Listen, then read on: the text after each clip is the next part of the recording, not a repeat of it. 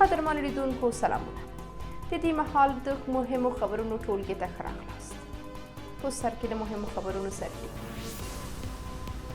کندهار ته د روزا وطنبایوا سفر. سرچینې وایي چې ملا هیبت الله له وطنبایوا سره لیدنه رد کړې. د کابل پر هوایي ډګر د داعش د برید دریمه کلیزه. هریس به د ټرمپ له توندو نیوکو سره مخ شي. د پخوانیو سرتیرو د وژنې دوام. ناپېژاندو وسلوالو په فاریاب کې یو پخوانی سرتیری ووژل. او د غزې روانه جګړه. د غزې د اوربند مذاکرات له کومې هوکړې پرته پای ته ورسېدل. بشپړ خبرونه. د کندهار سیمه ییزې سرچینې وایي چې د طالبانو غایب مشر ملا هیبت الله اخندزاده په افغانستان کې د ملګرو ملتونو د مرستندویه پلاوي یا یونما له مشرې روزا وطنبایوا سره له لیدنې ډډه کړې ده. سرچینو د دوشنبې ورځ 8 ورځپاڼې ته ویلي چې وطنبایوا د طالبانو د امر بالمعروف او نهي عن المنکر قانون په هکله د خبرو لپاره کندهار ته سفر کړی دی. د سرچینو په وینا د اخندزاده په استازیتوب د طالبانو مرستیال والي حاجي ملا د یونما له مشرې سره خبرې اترې کړې دي.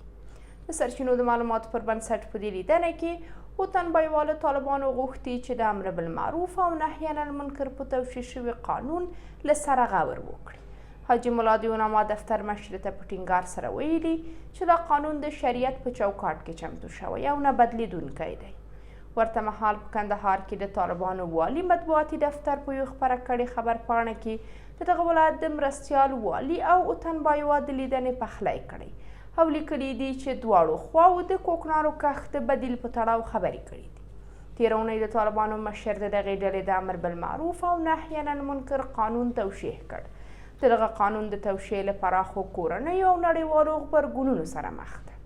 دا په داسې حال کې ده چې تېره ورځ د افغانستان لپاره د ملګرو ملتونو د سرمنشي ځانګړي استازي او د یونما دفتر مشرې د طالبانو د امر بالمعروف او نهي عن المنکر د قانون توشیح ته په غبرګون کې ویلي دا قانون د خپل سري میکانیزمونو درلودونکی دی.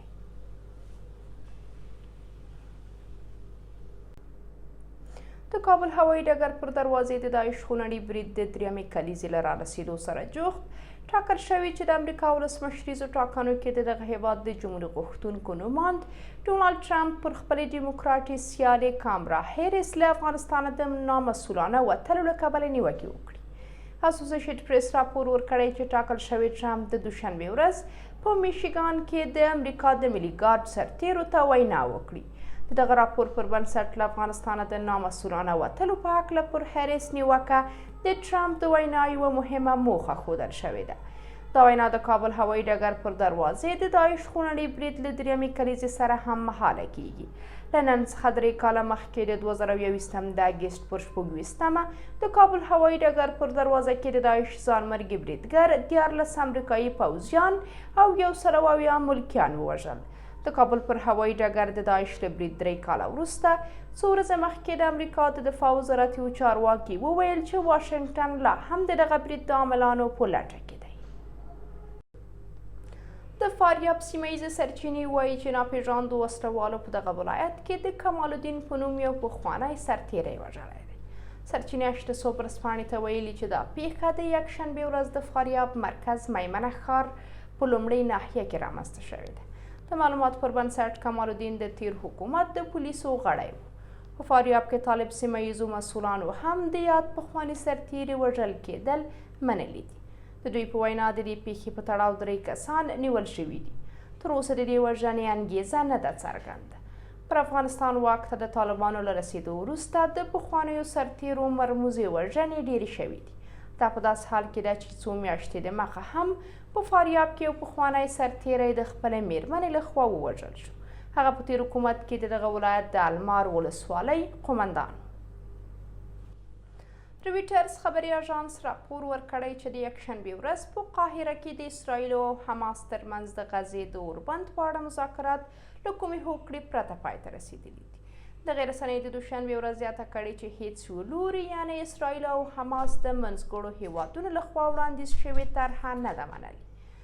د راپور له مخې دغه وضعیت د امریکا متحده ایالتونو د وروستیو هڅو د بریالیتوب احتمال له پوښتنې سره مخ کړی دی.